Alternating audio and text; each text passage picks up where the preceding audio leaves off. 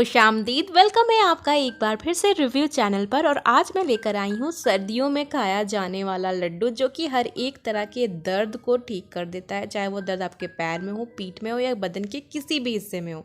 Even जो जच्चा हैं, जिन्हें अभी अभी बचा हुआ है, और वो इस लड्डू को खाएंगे तो बहुत ज़्यादा उन्हें एनर्जी मिलेगी और हर एक तरह के दर्द से निजात मिलेगा। तो चलिए इसे बनाना सीखते हैं। और इसे बना रही मेरी सासू माँ, यानी कि मेरी मदर इन लॉ। तो उन्होंने सबसे पहले जो है तीसी को अच्छे से धोकर कपड़े में सुखा लिया था, अच्छे से धोकर और पतले कपड़े पे डाल दिया था इसे धूप में सूखने के लिए। और ये बिल्कुल कड़ा हो चुका है सूख कर। तो यहाँ पे मैं राय दूंगी आप लोगों को, इसे कपड़े पे रखकर ना सुखाएं, किसी प्लास्टिक की पन्नी हो उस पर रखकर इसे धूप में सुखाएं। इससे ये होगा कि ये जो चिपक जाता है वो कपड़े पर चिपक जाता है। अगर प्लास्टिक की पन्नी पे करेंगे तो ज़्यादा नहीं चिपकेगा। तो यहाँ पे एक टिप था। तो इसी तरह से तीसी को सुखा लिया गया था धोकर, और ये दाना है पोस्ता दाना, उसे भी धोकर सुखा लिया गया था। यहाँ पे पेपर पे इसे डाल दिया गया। मैं राय दूंगी कि इसे कपड़े पर धोकर डालें, तो इसका पानी सारा कपड़ा सोख लेगा और पोस्ता दाना बिल्कुल हल्का सूखा सूखा सा हो जाएगा। तो इन सब चीज़ों को हल्का हल्का तवे पर या कढ़ाई में भूनना है। यहाँ पर ये तिल है, तिल को भी इसी तरह से धोकर पेपर पर सुखाया गया था। मैं राय दूंगी कपड़े पर सुखाना।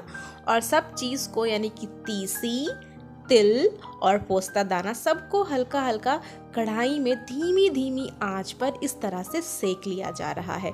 सेकने से ये बिल्कुल करारा हो जाता है और तब इसे पीसने में बड़ा मज़ा आता है, क्योंकि हमें सब चीज़ों का पाउडर बनाना है।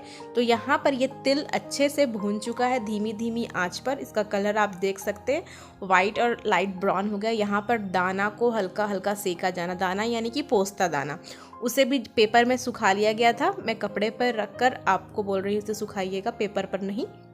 और इसे भी धीमी धीमी आंच पर इसे भी भून लिया गया है, सेक लिया गया है, और बहुत अच्छा कलर हो गया, ब्राउनिश ब्राउनिश टाइप का। आप देख लें कितना अच्छा कलर हो गया। और ये जो भीगा हुआ था ना, ये बिल्कुल सूख के करारा हो चुका है।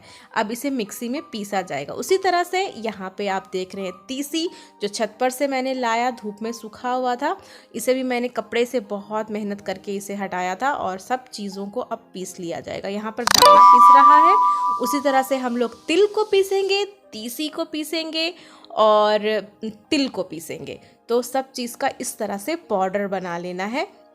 बहुत इजी लड्डू है ये, बहुत इजी और बहुत ज़्यादा फ़ायदेमंद। और मेरी सासू माँ इसे हर साल बनाती हैं। और जब मेरी महरीन मुझे हुई थी तब भी उन्होंने इस तरह का लड्डू मुझे बनाकर खिलाया था। रियली बहुत फ़ायदा करता। बूढ़े बुज़ुर्ग जिन्हें बच्चा हुआ है, वो मतलब घर के हर एक लोग खा सकते हैं। तो सब चीज़ पीस चुका है। यहाँ पर आप घी देख रहे हैं, कढ़ाई में गरम किया गया है और इस कढ़ाई में अब डाला जा रहा है गोंद। जी हाँ, गोंद मार्केट में मिलता है। गोंद आप मार्केट से जाकर ला सकते हैं। जो जड़ी बूटी रखते हैं ना वो दुकान वाले, वो इस तरह का गोंद रखते हैं। और ये कुछ इस तरह का गोंद दिखता है। गोंद एक्चुअली प्लांट से मिलता है, ट्री से मिलता है। और बबूल का गोंद, उससे ये चीज़ गोंद निकलती है और ये सूख कर इस तरह से हो जाती है। और इसे घी में फ्राई कर लिया जा रहा है। और घी में फ्राई करने से बिल्कुल बड़ा बड़ा सा कुरकुरा सा हो जाता है। और इसे फ्राई करके अच्छे से निकाल लेना है। उसके बाद मुझे फ्राई करना है मखाना। जी हाँ, जिसे इंग्लिश में लोटस सीड कहते हैं। तो जिस तरह से गोंद को घी में फ्राई किया गया, उसी तरह से मखाना को भी धीमी धीमी आंच पर घी में फ्राई कर लेना है और इसे भी पीस लेना है। उसके बाद जब मखाना अच्छे से सिक जाएगा धीमी धीमी आंच पर, ये गोंद मैं दिखा रही हूँ, गोंद फ्राई होके घी में कितना अच्छा सा हो गया, बहुत अच्छा टेस्ट करता है ये। मखाने को भी फ्राई कर लेना है, उसके बाद ड्राई फ्रूट्स को। तो गोंद और मखाना को भी मिक्सी में पीस लेना है, ड्राई फ्रूट को नहीं पीसना है। ड्राई फ्रूट इसी तरह से खड़ा खड़ा रहेगा। तो ड्राई फ्रूट को छोड़ दिया गया है। और यहाँ पे मैं दिखा रही हूँ तिखुर। तिखुर जो है बिल्कुल ना पाउडर टाइप का होता है, वाइट पाउडर। और ये लड्डू बांधने में हेल्प करता है और इसका कुछ अच्छा सिफत भी है, क्वालिटीज़ भी है जो लड्डू को और ताकतवर बनाता है। तो ये एक ऑप्शनल है, लेकिन ये ज़रूर होना चाहिए लड्डू में। तिखुर इसका नाम है। तिखुर को पानी में देकर छोड़ना होता है कुछ देर। तो यहाँ पे सारा चीज़ पिस चुका है, गोंद, मखाना, तिल, तीसी, पोस्ता दाना, सब चीज़ और वो तीसी। और यहाँ पर तिखुर को मैंने पानी में डाल दिया है। ये लड्डू को बांधने में बहुत हेल्प करता है। जैसे कॉर्नफ्लोर पाउडर होता है तो कॉर्नफ्लोर पाउडर को इतना हेल्दी नहीं कहा जाता, तिखुर जो है वो बहुत फ़ायदेमंद होता है। तो वही जो जड़ी बूटी का जो दुकान होता है ना, उसमें ये तिखुर मिल जाएगा। आप याद रखिए, तिखुर बोलिएगा तो ज़रूर आपको देगा। और यहाँ पर शक्कर यानी चीनी, वाइट शुगर जो होती है, उसको हल्का सा डालकर पानी में, मतलब टेस्ट जितना आपको मीठा रखना है उतना शुगर और पानी को देकर एक शीरा जैसा तैयार किया जा रहा है। मैं राय दूंगी गुड़ को करें, गुड़ में बनाएं इसे तो ये और भी हेल्दी बनेगा। तो यहाँ पर तिखुर डाल दिया गया, देख रहे हैं आप, तिखुर जो है वो पानी उसका फेंक दिया गया है और ये वाइट चीज़ जो है वो तिखुर है। और थोड़ा सा तिखुर चाहिए, बस इतना सा ही, देख मैं उठाकर भी दिखा दे रही हूँ। तो इतना तिखुर को आपको इसमें मिक्स कर देना है और फिर शीरा डालना है और घी डालना है।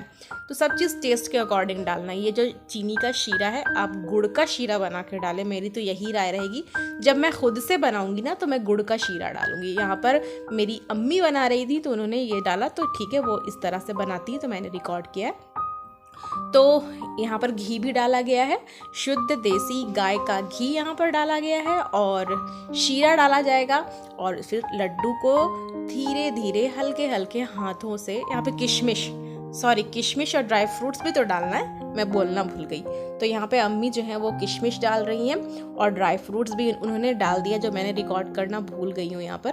तो ड्राई फ्रूट, किशमिश और चीनी का शीरा और घी, इन सब चीज़ों को ऐड करने के बाद बहुत अच्छे से इसे हल्के हल्के हाथों से लड्डू बांध लेना है। और ये जो लड्डू है बहुत औसम बनती है। देखिए यहाँ पर अम्मी जो है बहुत अच्छे से अपने हाथों से इसे मिक्स कर रही है।